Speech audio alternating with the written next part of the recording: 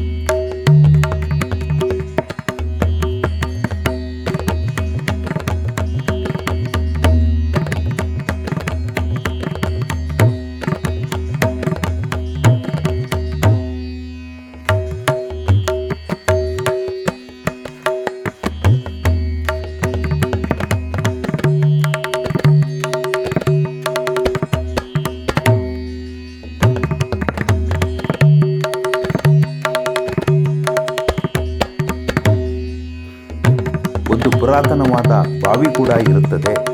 ಇಲ್ಲಿ ನಾವು ಭೇಟಿ ನೀಡಿದಾಗ ನಮಗೆ ಮನೋಲ್ಲಾಸವಾಗಿ ಇಲ್ಲೇ ನಾವು ಹೆಚ್ಚಿನ ವೇಳೆಯನ್ನು ಕಳೆಯಬೇಕೆಂಬ ಮನಸ್ಸಾಗುತ್ತಿದೆ. ಆದುದರಿಂದ ತಾವು ಹುಂಚಾ ಗ್ರಾಮಕ್ಕೆ ಭೇಟಿ ನೀಡಿದಾಗ ಪದ್ಮಾವತಿ ದೇವಿಯ ಬಸದಿಯ ಜೊತೆಗೆ ಈ ಒಂದು ಪುರಾತನವಾದ ಶ್ರೀ ಪಾರ್ಶ್ವನಾಥ ಜಿನಮಂದಿರಕ್ಕೆ ಕೂಡ ಭೇಟಿ ನೀಡಿ ನೀವು ಇಲ್ಲಿ ಹೆಚ್ಚಿನ ಒಂದು ಪುರಾತನ ಒಂದು ಸಂಸ್ಕೃತಿಯ ಬಗ್ಗೆ ಅರಿವು ಪಡೆದುಕೊಳ್ಳಬಹುದಾಗಿದೆ. ನಮಸ್ಕಾರ.